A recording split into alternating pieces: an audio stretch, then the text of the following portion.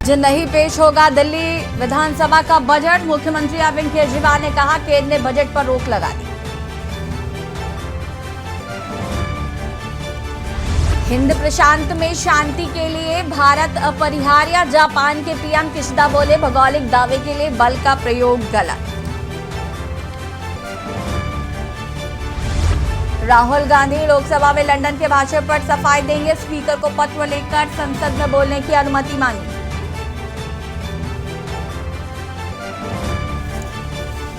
CBI case में सिसोदिया की जमानत पर सुनवाई आज। शराब नीति केस में कल कोर्ट ने एजेंसी को 14 दिन की रिमांड दी।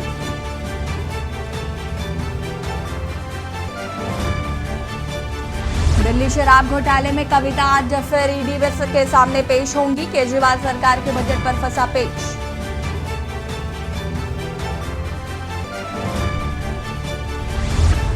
अमृतपाल की तलाश में 5 साथियों पर एनएसए। लंदन के बाद यूएस में इंडियन कॉन्सुलेट पर हमला। खालिस्तान के झंडे लगाए। आप देख रहे हैं के न्यूज, खबरों का सारथी। नमस्कार, लाइव न्यूज में आप सभी का स्वागत है। मैं हूं आपके साथ यशी शुक्ला और सीधे आपको ले चलते हैं लोकसभा की कार्रवाई में। जाइए, बैठिए।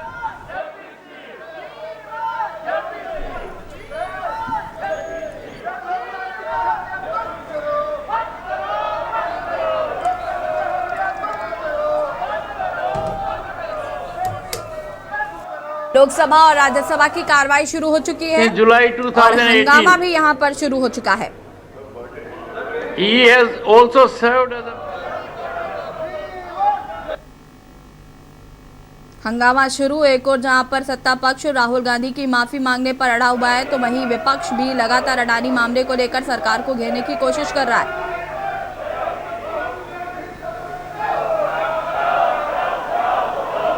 और ये तस्वीरें आप यहां पर देख सकते हैं। विपक्ष का हंगामा जारी।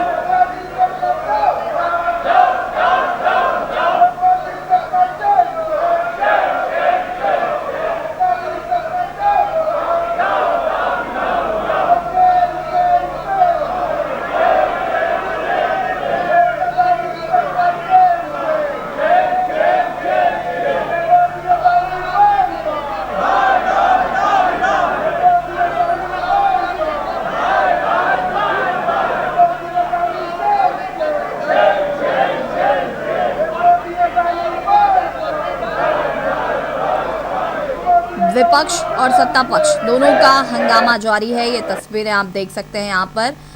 हंगामा शुरू हो चुका है। सदन शुरू होते ही हंगामा शुरू हुआ। हालांकि राहुल गांधी ने आपको बता दें कि पत्र लिखकर लंदन वाले बयान पर सफाई देने के लिए समय मांगा है।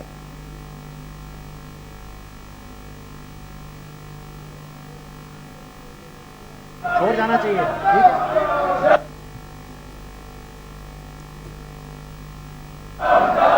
लोकसभा और राज्यसभा में कार्रवाई शुरू हुई और विपक्ष और सत्ता पक्ष दोनों का ही हंगामा जारी है।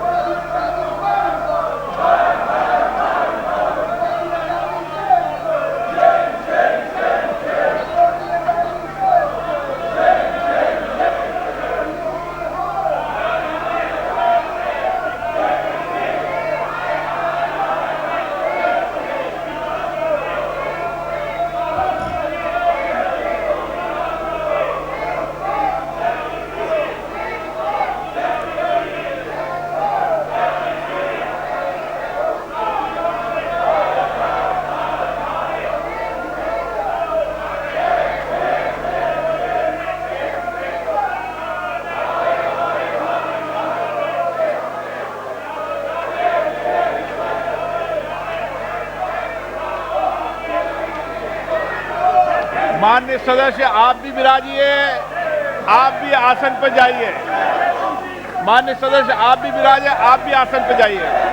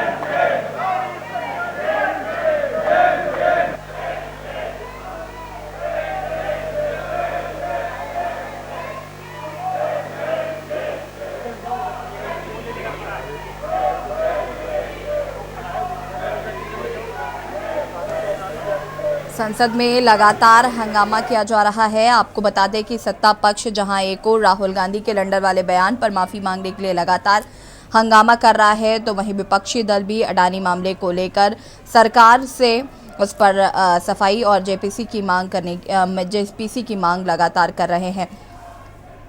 दोनों ही सदनों में आपको बता दें कि हंगामे के साथ सदन की शुरुआत हो चुकी है। तस्वीरें आपको हम दिखा रहे हैं। आपको बता दें कि राहुल गांधी ने भी यहां पर लंदन वाले बयान पर अपनी सफाई देने के लिए समय मांगा है। मैंने कल भी सभी दलों के नेताओं से व्यक्तिगत आग्रह भी किया था। सदन के माध्यम से पुनः आग्रह करना चाहता हूं, सदन चले। सब बजट सत्र महत्वपूर्ण सत्र है, सबको बोलने का मौका देंगे।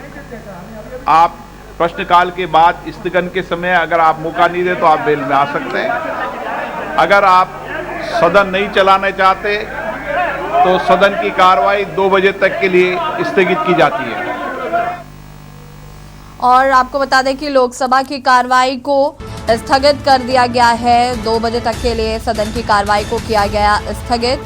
हंगामे के साथ आपको बता दें कि सदन की कार्रवाई शुरू हुई और हंगामे की वेट आज भी सदन छोड़ने के आसार जो हैं वो नज़र आ रहे हैं, क्योंकि जिस तरीके से विपक्षी दल और सत्ता पक्ष दोनों ही सदन में हंगामा कर रहे हैं, उसके कारण सदन जो है वो चल नहीं पा रहा। आपको बता दें कि बहुत महत्वपूर्ण सत्र है और लगातार, हालांकि चाहे वो सत्ता पक्ष हो चाहे वो विपक्षी दल हो, सब यहाँ पर जमकर हंगामा करते हुए नज़र आ रहे हैं।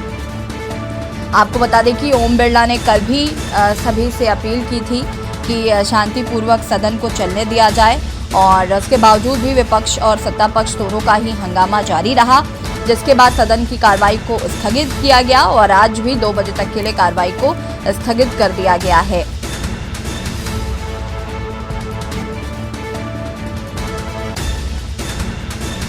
लोकसभा में आपको बता दें कि हंगामे के साथ सदन की कार्रवाई को शुरू किया गया। विपक्ष और सत्ता पक्ष के हंगामे के चलते कार्रवाई को 2 बजे तक के लिए स्थगित कर दिया गया है।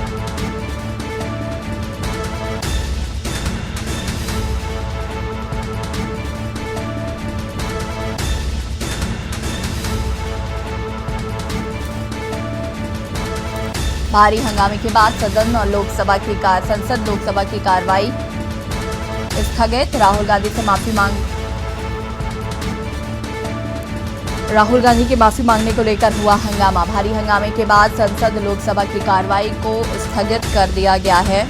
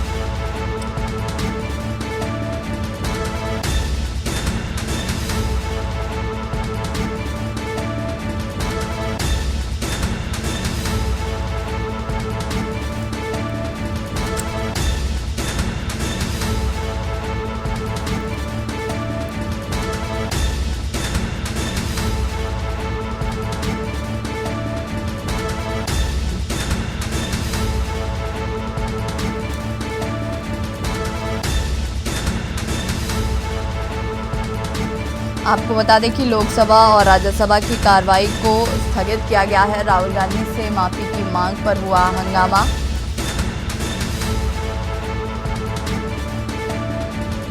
भारी हंगामे के बाद कार्रवाई को स्थगित कर दिया गया है।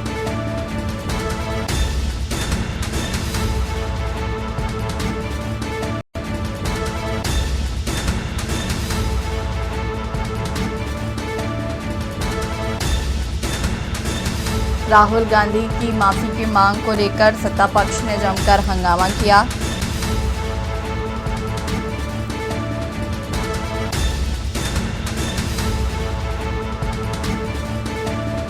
भारी हंगामे के बाद संसद लोकसभा की कार्रवाई को किया गया स्थगित।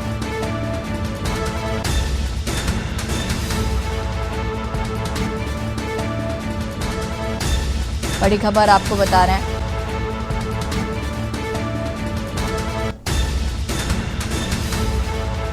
दोनों सदनों की कार्रवाई को आपको बता दें कि स्थगित कर दिया गया है। भारी हंगामे के बाद संसद लोकसभा की कार्रवाई हुई स्थगित।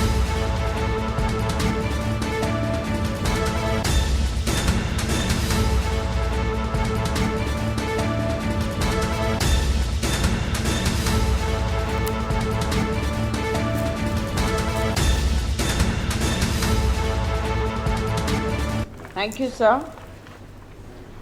I rise to lay on the table a copy, each in English, report of the Committee on External Affairs, 7th Lok Sabha on demands for grants 23-24 of the Ministry of External Affairs.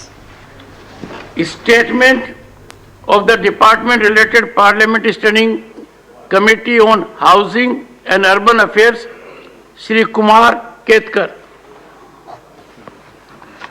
Chairman sir, I rise to lay the 17th report, Hindi and English version, 17th Lok Sabha, on the subject evaluation of implementation of Pradhan Mantri Awas Yojana Urban, and 18th report, Hindi and English version, 17th Lok Sabha, on demands for grants 23-24 of the Ministry of Housing and Urban Affairs, listed against my name in today's list of business. Thank you.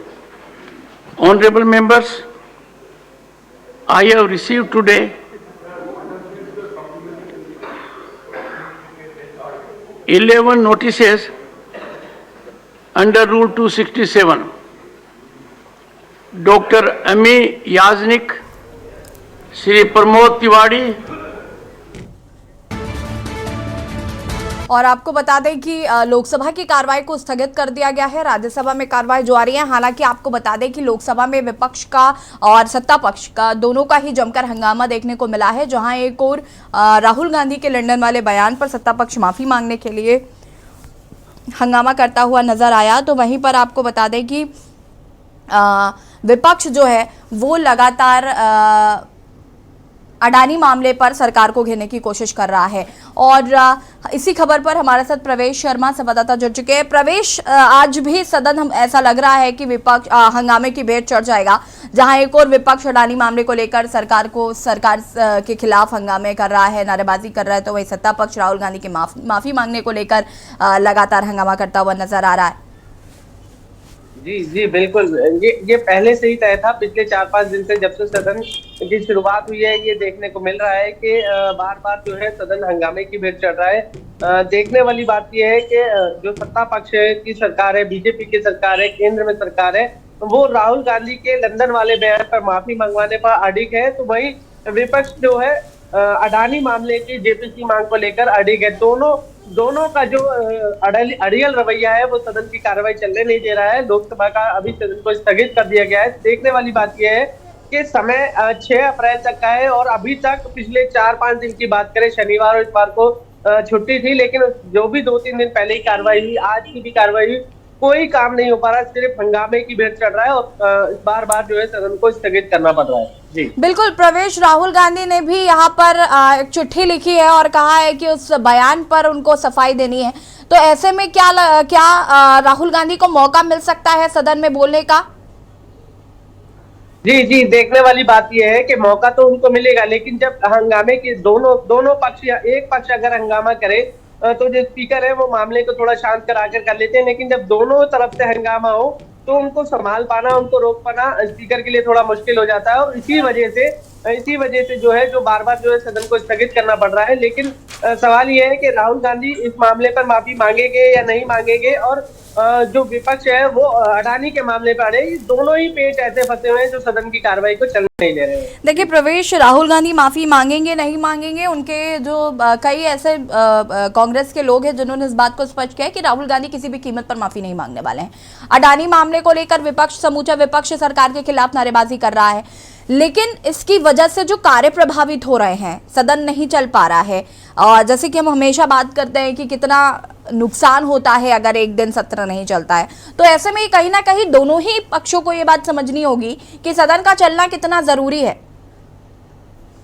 जी बिल्कुल, मैं आपको बता दूं, इतिहास गवाह है, जब भी सदन चलता है, इतिहास आप उठा के देख लीजिए, जब से भारत आजाद हुआ है तभी से इस तरीके के हंगामे जारी रहते हैं। और ये कोई नई बात नहीं है। और मैं आपको एक बात क्लियर बता देना चाहता हूँ कि जो सदन को चलने में जो लाखों रुपए का खर्चा होता है, वो सत्ता पक्ष हो चाहे विपक्ष पक्ष हो, दोनों ही नेता इस बात को भली भांति जानते हैं कि जनता के जो काम है वो रुके हुए हैं, और जो उनको चलाने के लिए जो भारी खर्चा हो रहा है वो एक अलग है। वो जनता का पैसा ही उसमें लगा हुआ है, उनको हर तरीके की सुविधा मुहैया हो रही है, या यूं कहे कि उनको जो सदन में जितना भी खर्चा है वो सब आम जनता के पब्लिक का ही है, लेकिन कोई भी काम ना होना ये जनता के लिए ही भारी नुकसान है। और सबसे बड़ी बात है, अभी बजट पारित करा के उसको वो करना था, लेकिन उससे बड़ी बात है रेल मंत्रालय का कार्य अटका हुआ है। उसके अलावा ऐसे कई मंत्रालय है, कृषि मंत्रालय है, जिनको अभी काम करने हैं, लेकिन सदन चलेगा ही नहीं, तो कोई भी काम होना बड़ा मुश्किल है।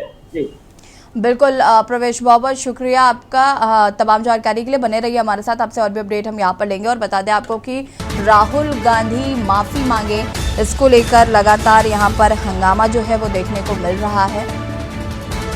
को बता दें कि दोनों सदनों की कार्रवाई स्थगित हुई। लोकसभा और राज्यसभा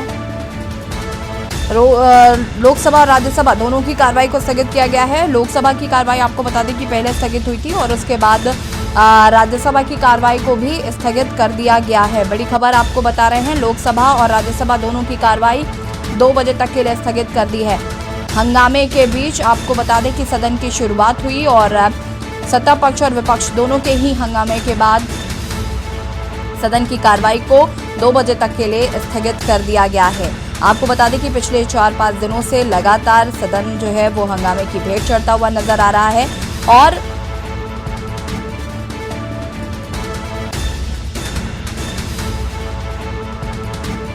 लगातार सदन की कार्रवाई जो है वो स्थगित होती हुई नजर आ रही है। संसद में लगे राहुल गांधी माफी मांगे के नारे।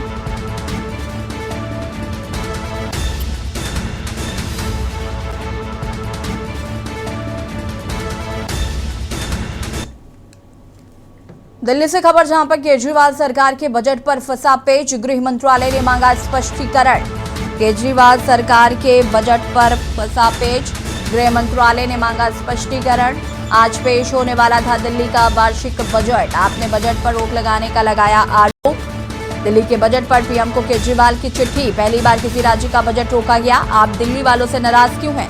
देश के 75 साल के इतिहास में ऐसा पहली बार हुआ। आपको बता दें कि बजट पर केंद्र ने बजट पर रोक लगाई, ऐसा आरोप केजरीवाल द्वारा लगाया जा रहा है और उन्होंने पीएम मोदी को लिखी है चिट्ठी, पहली बार किसी राज्य का बजट रोका गया है।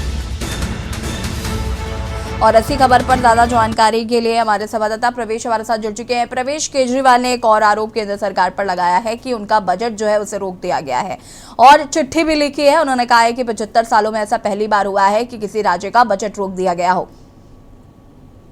जी बिल्कुल, इसमें कोई दोहराया नहीं है कि ये इतिहास बना है कि देश में किसी भी राज्य का जो है बजट अपने समय पे आने की तारीख का ऐलान होने के बाद वो उस दिन पेश ना हो पाए। लेकिन इसमें सबसे बड़ी बात ये है कि जो दिल्ली जो है पूर्ण राज्य नहीं है। पूर्ण राज्य ना होने की वजह से पहले बजट का जो प्रस्तावित होता है वो पहले गृह मंत्रालय को भेजना होता है और वहां से जब स्वीकृति मिल जाती है उसके बाद ही बजट पेश होता है। लेकिन यहाँ पर मैं ये कहूंगा, केजरीवाल सरकार ने बजट को पहले केंद्र सरकार के गृह मंत्रालय से पारित नहीं कराया, उससे पास नहीं कराया, उससे स्वीकृति नहीं ली और सीधा तारीख का ऐलान कर दिया, और जिसकी वजह से ये पेच फंसा। और मैं आपको बता दूं, गृह मंत्रालय ने केजरीवाल से एक स्पष्टीकरण मांगा था कि जो बजट की रूपरेखा तैयार हुई है उसमें बताया ये जा रहा है, सूत्रों के हवाले से ये खबर आ रही है कि एडवर्टीजमेंट जो विज्ञापन पर खर्चा है वो इस बार दोगुना किया है। इसी पर गृह मंत्रालय ने केजरीवाल सरकार से स्पष्टीकरण मांगा है और ये स्पष्टीकरण का जवाब न मिलने की वजह से वहां से स्वीकृति अभी नहीं मिली है।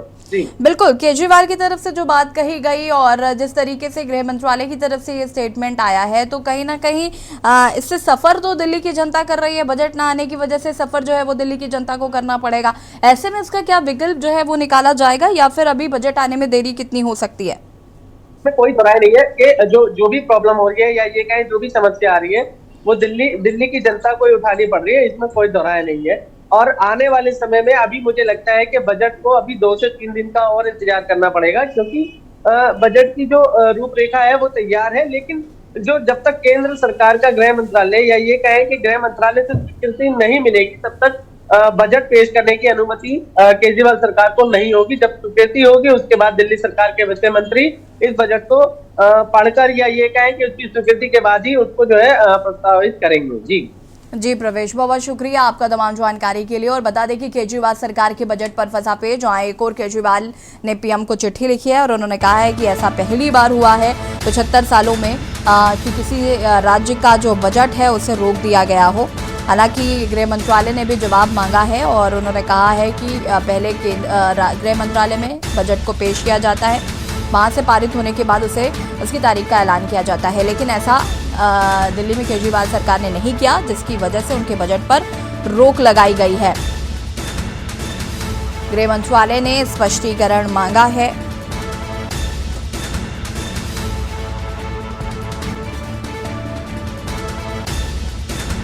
आपने बजट पर रोक लगाने का लगाया आरोप,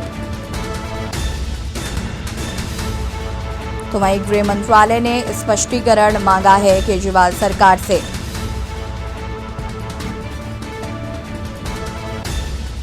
आपको बता दें कि ये संपूर्ण राज्य न होने की वजह से गृह मंत्रालय में पहले इस बजट को लेकर बजट पारित कराना होता है। देश के 75 साल के इतिहास में ऐसा पहली बार हो रहा है और केजरीवाल ने पीएम को चिट्ठी लिखी है जिसमें उन्होंने कहा है कि आप दिल्ली वालों से नाराज क्यों हैं। 75 सालों में ऐसा पहली बार किया गया है। गृह मंत्रालय ने स्पष्टीकरण मांगा है।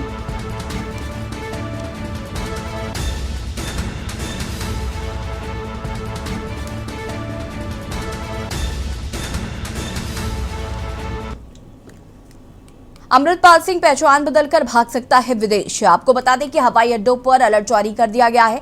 अमृतपाल के चाचा को जेल लेकर पहुंची है पुलिस टीम। पुलिस की team Assam Dibrugarh central jail पहुंची। जानकारी मिल रही है कि अमृतपाल विदेश भाग सकता है। अमृतपाल के चाचा को जेल में शिफ्ट किया गया है। पुलिस की team Assam Dibrugarh central jail पहुंची है।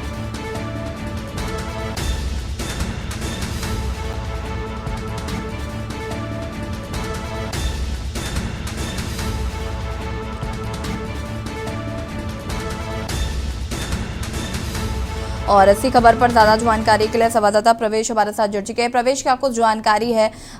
एक तो ये जानकारी मिल रही है कि अमृतपाल जो है वो विदेश जा सकता है, हवाई अड्डों पर अलर्ट जारी कर दिया गया है। क्या कुछ जानकारी है इसको लेकर? जी, पिछले 3 दिन से मैं बताऊं, मैं आपको ये साफ साफ कहूं कि पंजाब पुलिस के लिए सरदर्द बना हुआ है अमृतपाल सिंह, क्योंकि पंजाब पुलिस उसको छापेमारी कर रही है। पूरे पंजाब में अलर्ट जारी है, जगह जगह छापेमारी करके उसको सर्च ऑपरेशन जारी है, लेकिन उसके बावजूद पंजाब पुलिस को कामयाबी नहीं मिल पा रही है।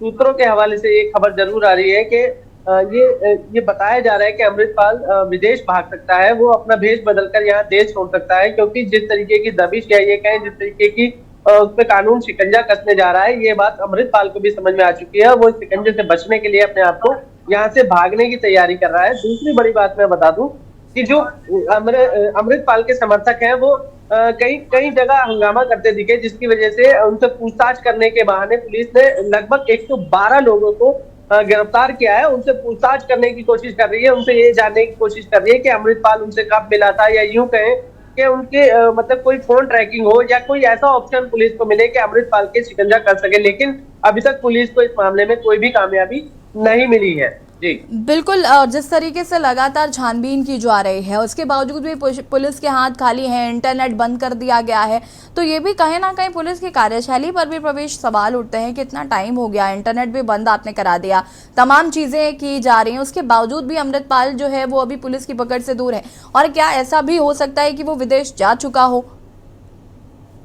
जी बिल्कुल, देखिए दावा तो ये भी किया जा रहा था कि पिछले 24 घंटे के लिए नेट बंद किया था, लेकिन उसको 48 घंटे कर दिया कि अगर कोई इंटरनेट के थ्रू या ये कहे कोई आपस में एक ग्रुप बनाकर जो है अमृतपाल को कोई सूचना मिल जाए या अमृतपाल उस सूचना को पाकर अलर्ट हो जाए। इसलिए पंजाब पुलिस ने पहले ही आग्रह करके सबसे पहले मोबाइल का जो इंटरनेट में नेटवर्क सेवा है SMS तक उन्होंने बंद करा के रखे हुए थे, और आज लगभग 12 बजे तक की सीमा थी। और उसके बाद मैं आपको बता दूं कि अमृतपाल अभी भी पुलिस की पहुंच से गिरफ्त से दूर है, क्योंकि पुलिस को अभी तक उसका कोई सुराग हासिल नहीं हो पा रहा है। पुलिस ये नहीं जान पा रही है कि वो आखिरकार पंजाब में है, बाहर है, कहाँ है, और इस मामले को लेकर जगह जगह दबिश दे रही है। लेकिन सबसे बड़ी बात है कि जो अमृतपाल का जो एटीएफ फोर्स थी, जो वो अपने घर पर बनाना चाह रहा था, जो एक अलग राज्य की मांग करने के लिए, खालिस्तान बनाने के लिए एक फोर्स तैयार कर रहा था, उसको जरूर पुलिस ने थोड़ा सा शिकंजा करने की कोशिश की है और वहां से जो है कई हथियार भी पुलिस को मिले हैं, लेकिन अमृतपाल का कोई भी सुराग अभी तक पंजाब पुलिस को नहीं मिला है। बिल्कुल, बहुत बहुत शुक्रिया आपका तमाम जानकारी के लिए। और बता दें कि हवाई अड्डों पर अलर्ट जारी कर दिया गया है और पुलिस की team Assam Dibrugarh central jail पहुंची हुई है। सीबीआई केस में सिसोदिया की जमानत पर सुनवाई आज। आपको बता दें कि कल कोर्ट ने एजेंसी को 14 दिन की रिमांड दी थी। शराब नीति केस में दी थी 14 दिन की रिमांड। गिरफ्तारी को लेकर सदन में हुआ था हंगामा। सिसोदिया की जमानत को लेकर आज सुनवाई। शराब नीति केस में दी गई थी 14 दिन की रिमांड।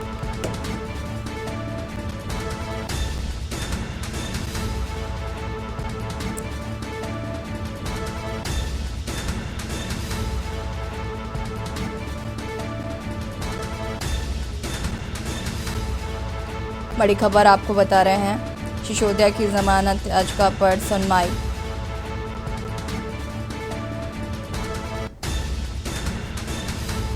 और इसी खबर पर ज्यादा जानकारी के लिए संवाददाता प्रवीण गुप्ता हमारे साथ जुड़ चुके हैं। प्रवीण, क्या कुछ जानकारी है सिसोदिया की जमानत याचिका पर आज सुनवाई? जी मैं बता दूं आपको, जो पिछली बार जब मनीष सिसोदिया जी को अरेस्ट किया गया था, जब से उनकी कस्टडी चालू है, उसके बाद में आज 21 तारीख को उनकी कोर्ट में सुनवाई है। और जो जमानत की याचिका उन्होंने लगाई थी, उस जमानत की याचिका को लेके वो जमानत की याचिका खारिज कर दी गई थी और आज 14 दिन की कस्टडी पहले उनकी और बढ़ा दी गई थी। लेकिन वो सीबीआई का मामला था। अब ईडी के मामले में आज सुनवाई दोबारा होनी बाकी है। जबकि जब मनीष सिसोदिया जेल में थे, तब ईडी ने जाके तिहाड़ जेल में जाके उन्होंने मनीष सिसोदिया से पूछताछ की थी और उसी के दौरान आज जो सुनवाई है वो रेज एवेन्यू कोर्ट के अंदर वहीं पे ईडी हेडक्वार्टर में उनकी सुनवाई होगी और उसी के साथ साथ 14 दिन की जो कस्टडी है वो और बढ़ा दी गई है। जी बिल्कुल, और साथ ही साथ चाहे वो आम आदमी पार्टी की तरफ से हम देख रहे हैं लगातार इसको लेकर कई बयानबाजियां जो हैं वो इस मामले पर दी जा रही हैं। हम देख रहे हैं कई प्रेस कॉन्फ्रेंस जो है वो भी की जा रही हैं। साथ ही साथ जो विपक्ष है वो भी लगातार केजरीवाल सरकार को घेरने की कोशिश कर रहा है। तो ऐसे में आज याचिका पर जब सुनवाई होगी उसके बाद क्या किसी तरीके से पहले कोई रिएक्शन अभी तक आए हैं दोनों पार्टियों की तरफ से? जी मैं बता दूं आपको, अभी किसी भी तरीके का कोई रिएक्शन दोनों पार्टियों की तरफ से नहीं आया है। लेकिन आम आदमी पार्टी का जो ऑफिस है, जो कार्यालय है, वहां पे लोगों की भीड़, लोगों का जमावड़ा और प्रदर्शनकारियों का सारी चीजें जमा होनी शुरू हो गई है। क्योंकि सुनवाई है तो हो सकता है कहीं ना कहीं जमानत जो रद्द की गई थी, 14 दिन की जो कस्टडी बढ़ाई गई है, उस पे हंगामा होने की कहीं ना कहीं आसार नजर आ सकते हैं। देखा जा सकता है कि कहीं ना कहीं अगर 14 दिन की कस्टडी और बढ़ती है उनकी, तो उनपे हंगामा होने के आसार नजर आते हैं। जिस तरीके से मनीष सिसोदिया के लिए लोगों ने स्कूलों में, स्कूल जितने भी स्कूल है वहां पे बच्चों से लेटर भी लिखवाया गया था कि मनीष सिसोदिया जी निर्दोष है और उनको स्कूलों में अच्छा काम किया। इस तरीके के कुछ लेटर्स वगैरह भी बच्चों से लिखवाए जा रहे थे, जिनके वीडियोस सामने आ रहे थे। लेकिन आज जो सुनवाई है उसको देखते हुए लगता नहीं है कि अभी इनको राहत मिल पाएगी। ठीक है, बहुत बहुत शुक्रिया आपका तमाम जानकारी के लिए और बने रहिए हमारे साथ, आपसे और भी अपडेट हम लेंगे। और बता दें आपको कि कल कोर्ट ने एजेंसी को 14 दिन की रिमांड दी थी और आज याचिका पर सुनवाई हो सकती है और फिलहाल राहत मिलने के आसार कम नजर आ रहे हैं। और दिल्ली से खबर आपको बता देते हैं। दिल्ली से खबर, आज फिर ईडी के सामने पेश होंगी कविता। कविता की आज ईडी के सामने पेश। दिल्ली शराब घोटाले में ईडी के सामने आज पेशी। आज फिर ईडी के सामने पेश होंगी कविता।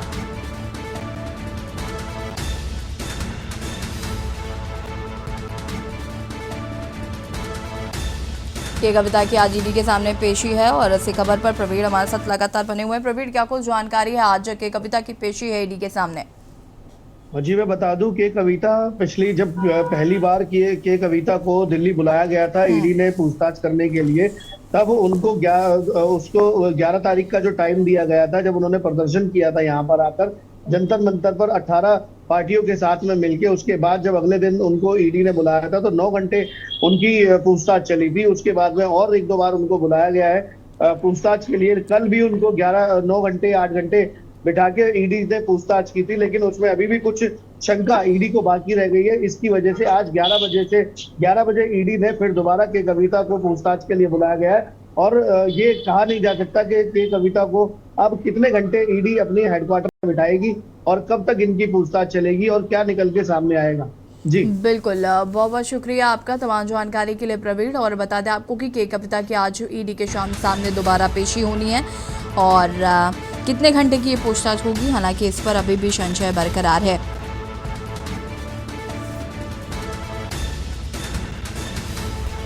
के कविता की आज ईडी के सामने पेशी, दिल्ली शराब घोटाले में ईडी के सामने होगी पेशी।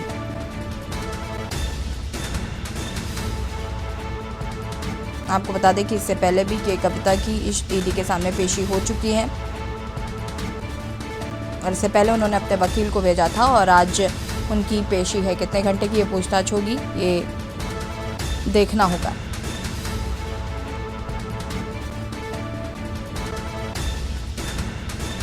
ईडी के सामने के कविता की पेशी।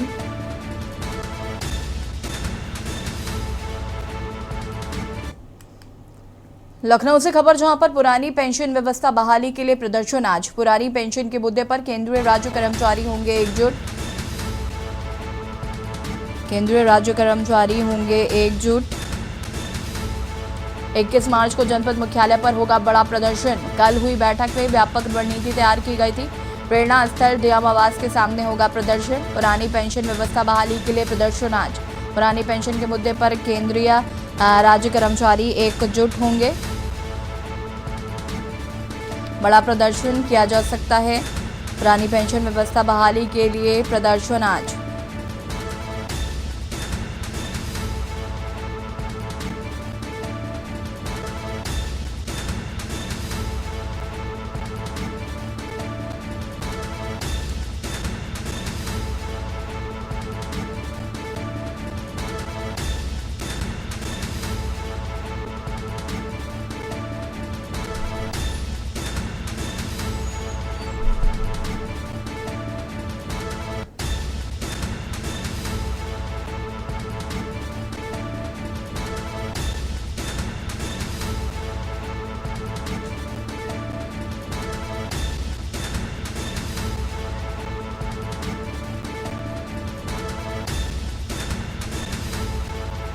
पुरानी पेंशन व्यवस्था को लेकर आपको बता दें कि प्रदर्शन किया जाएगा।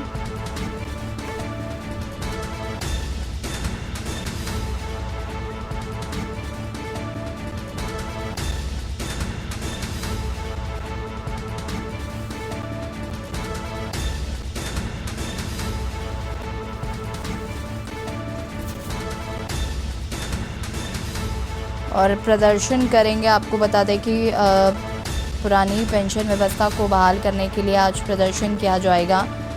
ज़ोरदार आंदोलन जो है वो यहाँ पर किया जा सकता है।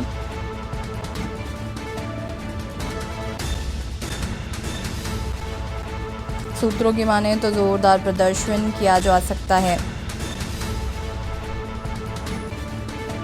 बड़ी खबर आपको बता रहे हैं। और इसी खबर पर ज़्यादा जानकारी के लिए संवाददाता मोहम्मद शुएब हमारे साथ जुड़ चुके हैं। शुएब, क्या कुछ जानकारी है पुरानी पेंशन व्यवस्था को बहाल करने के लिए जो प्रदर्शन किया जाएगा? जी बिल्कुल, ऐसे आपको बताना चाहेंगे पुरानी पेंशन बहाली के लेकर जगह जगह जो है धरना प्रदर्शन की बात पूरे राज्यों में आ रही है सामने निकल के। और केंद्रीय और राज्य जो है पेंशन को लेकर जिस तरह से कर्मचारी हड़ताल पर उतरने के लिए धरना प्रदर्शन पर उतारू हैं, कहीं ना कहीं अगर हम बात करें तो बिजली कर्मचारियों का जोश देख करके ये लोग भी धरना प्रदर्शन की बात सामने लेकर आए हैं। जी शुएब, ये प्रदर्शन कब तक शुरू होगा? क्या यह प्रदर्शन शुरू हो चुका है? इसको लेकर प्रशासन कितना अलर्ट नजर आ रहा है? जी आपको बताना चाहिए लखनऊ पुलिस अलर्ट मोड पर है। और ये धरने की बात अगर हम करें तो डीएम आवास के सामने 3 बजे धरने की बात सामने आ रही है। सभी लोग अभी इकट्ठा नहीं हुए हैं वहां पर और 3 बजे धरना प्रदर्शन जिस तरह बात आ रही है काफी लोग वहां पर मौजूद रहेंगे जी धरने के लिए। प्रदर्शन किया जाएगा, इसको लेकर प्रशासन कितना अलर्ट है? क्या प्रशासन की तरफ से कोई चेतावनी जारी की गई है?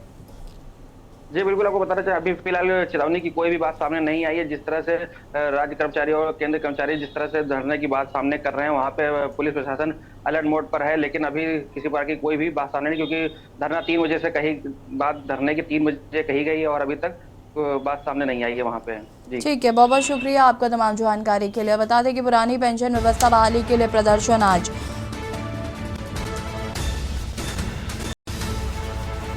पुरानी पेंशन के मुद्दे पर केंद्रीय राज्य कर्मचारी एकजुट होंगे।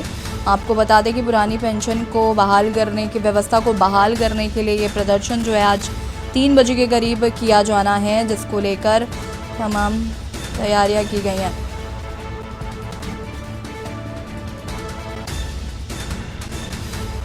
और इसी खबर पर हमारे साथ ब्यूरो चीफ मनीष श्रीवास्तव जी जुड़ चुके हैं। मनीष जी, क्या कुछ जानकारी है जिस तरीके से प्रदर्शन किया जाना है पुरानी पेंशन व्यवस्था को बहाल करने के लिए?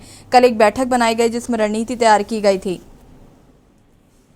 बिल्कुल यशी, आपको बता दें कि पुरानी पेंशन बहाली को लेकर के लगातार राज्य कर्मचारी और केंद्र के कर्मचारी विरोध के लेकर के लगातार सुर बुलंद करते रहे और बीते लगभग 3 महीने से अगर आप देखें तो राज्य कर्मचारी संयुक्त परिषद समेत तमाम संगठन जो राज्य कर्मचारी के हैं उन्होंने पुरानी पेंशन बहाल करने की मांग करी थी। लेकिन अब आज की जो बात सामने आ रही है उसमें केंद्रीय कर्मचारी और राज्य कर्मचारी दोनों संयुक्त रूप से ये सभी जिलों में पे अगर उत्तर प्रदेश की बात करें तो सभी जिलों में इस तरह का विरोध दर्ज कराएंगे और पुरानी पेंशन बहाल करने के लिए सरकार पर दबाव बनाएंगे, क्योंकि आने वाले समय में लोकसभा चुनाव है और राज्य कर्मचारी भी केंद्र कर्मचारी ये बेहतर तरीके से जानते हैं कि चुनाव मोड में जब सरकार रहती है तो उसके ऊपर दबाव बनाना बेहद आसान होता है। इसीलिए ये रणनीति तैयार की गई है। हाल ही में जिस तरह से बिजली कर्मचारियों की हड़ताल पर बिजली कर्मचारियों की मांगों को लेकर के सरकार थोड़ा सा बैकफुट पर आई थी और थोड़ा सा उसके तेवर नरम पड़ थे, उसको लेकर के अब राज्य और केंद्र के कर्मचारियों में भी आज जग गई है कि सरकार पर अगर हम एकजुट होकर के दबाव बनाते हैं तो सरकार कहीं ना कहीं मांगों को लेकर के झुकती नजर आएगी। बिल्कुल मनीष जी, देखिए आपने जिक्र किया बिजली कर्मचारियों की जो हड़ताल हुई, तो कहीं ना कहीं अब मुझे लगता है कि सरकार को प्रेशर में लेने के लिए क्योंकि अभी पूर्व में देखा कि किस तरीके से यहाँ पर उनकी मांगे जो हैं वो मानने की बात करी गई है, के शर्मा ने फिर प्रेस कॉन्फ्रेंस की, तमाम चीज़ें देखने को मिली। तो क्या ऐसा लग रहा है कि अब उन्हें ये पता है कि सरकार इस वक्त दबाव में रहेगी और किसी भी जो भी उनकी मांगे हैं उनको पूरा कराया जा सकता है, और सरकार इनको लेकर कितना सीरियस होगी ये भी देखना होगा? जिस तरह से अभी आज की कल की अगर बात करें तो सुप्रीम कोर्ट ने एक 1 रैंक 1 पेंशन के बकाये को लेकर के भी केंद्र सरकार को सख्त निर्देश दिए हैं कि आने वाले फरवरी माह तक ये सभी बकाया पूरा कर लिया जाए। तो लगातार कर्मचारी भी ये बात जानते हैं कि सरकार को अगर लोकसभा में बेहतर प्रदर्शन करना है और वर्तमान सरकार अगर हम बीजेपी सरकार की बात कर लें तो उसको सबसे ज्यादा सीटें उत्तर प्रदेश से ही आती हैं और उत्तर प्रदेश में अगर राज्य कर्मचारी इस तरह का दबाव बनाने में कामयाब हो जाते हैं तो आने वाले लोकसभा चुनाव के पहले कहीं ना कहीं सरकार दबाव महसूस करेगी। और साथ में आज का जो प्रदर्शन शुरू हो रहा है उसमें सबसे बड़ी अगर भागीदारी हम कहें तो रेल मंत्रालय, रेल विभाग की है, कर विभाग है, डाक विभाग है, ये जितने सेंट्रल एजेंसीज हैं, जितने सेंट्रल के एम्प्लॉइज हैं वो मुख्य रूप से प्रदर्शन करने पर, अगर रेल कर्मी उतर आए और साथ में अगर स्टेट के कर्मचारी मिल गए तो आप समझ सकती हैं व्यवस्था किस तरह से डगमगा सकती है, बेपटरी हो सकती है व्यवस्था। और ये एक आंदोलन की उनकी एक झलक रहेगी। आज का जो प्रदर्शन है वो जिलों पर ये प्रदर्शन करके अपना धरना दे करके ये जताएंगे कि देखिए हम लोग एकजुट होने जा रहे हैं। और आज का धरना प्रदर्शन जो लगभग 2 बजे से इनके शुरू होने की तैयारी है, लगभग 3 साढ़े 3 बजे तक ये कर्मचारी एकजुट होंगे। आज बहुत भारी संख्या में तो नहीं कर्मचारी जुटेंगे, लेकिन हाँ 2 से 3 हजार कर्मचारी लगभग प्रेरणा स्थल पर मौजूद होने की उम्मीद जताई जा रही है और वहां से ये बिगुल बजाएंगे आने वाले लोकसभा चुनाव के पहले किसी भी तरह ये पेंशन बहाली की मांग को लेकर के अब सड़कों पे उतरेंगे।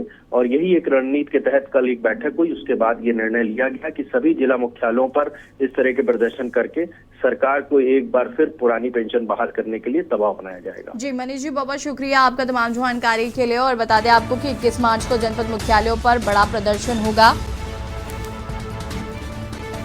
पुरानी पेंशन व्यवस्था बहाली के लिए। प्रदर्शन आज के वालों से खबर आपको बता देते हैं। उमेश पाल शूट आउट के मामले में आज नहीं होगी बुलडोजर की कार्रवाई। गुड्डू मुस्लिम का दूसरा घर तलाश रही है पुलिस। साबिर के घर पर जा सकता है आज बुलडोजर। शेखपुरा मुफ्ती स्थित है साबिर का घर। शूटर साबिर पर भी है 5 लाख रुपए का इनाम घोषित। उमेश पाल हत्याकांड में गोली चलाते साबिर आया था नजर। चौकिया कसारी मसारी गुड्डू मुस्लिम के घर चलना है बुलडोजर। बमबाज गुड्डू मुस्लिम का दूसरा घर तलाश रही है पुलिस। कार्रवाई होने के बाद नवरात्र व रमजान के बाद चलेगा बुलडोजर। फोर्स की उपलब्धता पर डिपेंड है आज बुलडोजर की कार्रवाई। आपको बता दें कि गुड्डू मुस्लिम के घर आज नहीं चलेगा बुलडोजर। गुड्डू मुस्लिम के दूसरे घर की तलाशी कर रही है पुलिस। और इसी खबर पर ज्यादा जानकारी के लिए संवाददाता विनय मिश्रा हमारे साथ जुड़ चुके हैं। विनय, क्या कुछ जानकारी है? गुड्डू मुस्लिम के घर पर आज नहीं चलेगा बुलडोजर, उसके दूसरे घर की तलाश की जा रही है। साथ ही साथ कई और ऐसे लोग हैं जिनके घर बुलडोजर चलने की संभावनाएं हैं। जी,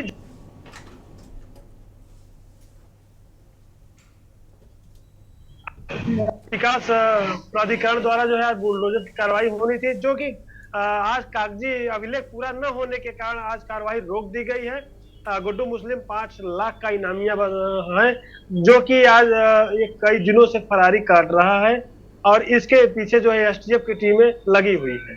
जी बिल्कुल, तो क्या जो और भी लोग हैं जिनके ऊपर कार्रवाई होनी है उनके घर पर क्या आज कार्रवाई हो सकती है? जो शूटर साबिर का नाम सामने आ रहा है। जी, जो शूटर साबिर है ये भी 5 लाख का इनामिया है, जिसके पीछे जो है आज इसके मकान को चिन्हित किया गया है और पुलिस की उपलब्धता पर कार्रवाई हो सकती है। जी बहुत बहुत शुक्रिया आपका तमाम जानकारी के लिए। बने रहिए हमारे साथ, आपसे और भी अपडेट हम लेंगे। शूटर साबिर पर भी 5 लाख का इनाम घोषित है और उसके घर पर भी आपको बता दें कि बुलडोजर चल सकता है। हालांकि पुलिस सभी के घर तलाश कर रही है और अगर आज बुलडोजर की कार्रवाई नहीं होती है तो आपको बता दें कि नवरात्र और रमजान के बाद बुलडोजर की कार्रवाई की जाएगी। प्रयागराज से खबर, जहां पर अतीक की पत्नी की अग्रिम जमानत याचिका पर सुनवाई। उमेश पाल हत्याकांड में फरार चल रही है Shaista Parveen. MP MLA court में होगी सुनवाई। खुद की गिरफ्तारी पर रोक लगाने को दाखिल की है याचिका। याचिका में शाइस्ता परवीन ने खुद को बताया है बेगुनाह।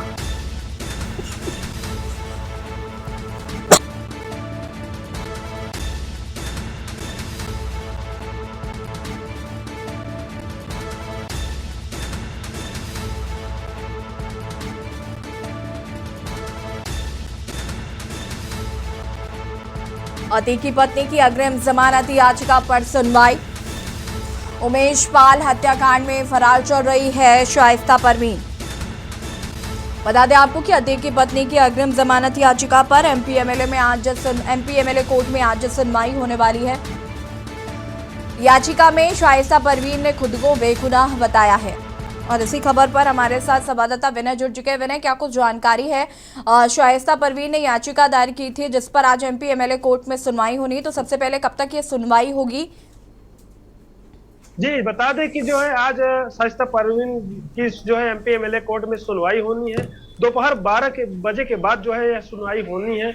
उन्होंने जो है एक याचिका डाली है जिसमें उन्होंने अपने को बेगुनाह बताया है और वो जो है पुलिस की द्वारा जो है 25,000 की इनामिया भी घोषित की गई है। जी बिल्कुल, सुनवाई कब तक होगी, इसको लेकर क्या अपडेट है? कब तक इस पर सुनवाई की जाएगी विनय?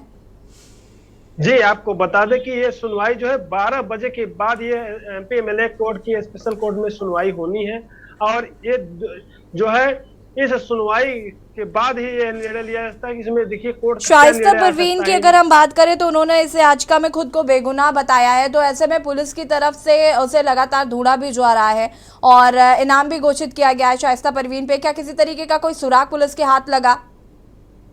जी, शाइस्ता परवीन पर पुलिस द्वारा जो है 25,000 का इनाम है। तब से वो फरार है। वो गंगानगर, यमुना नगर ठिकानों पर जो है पुलिस की छापेमारी चल रही है और मेजा क्षेत्र में भी पुलिस की छापेमारी चल रही है।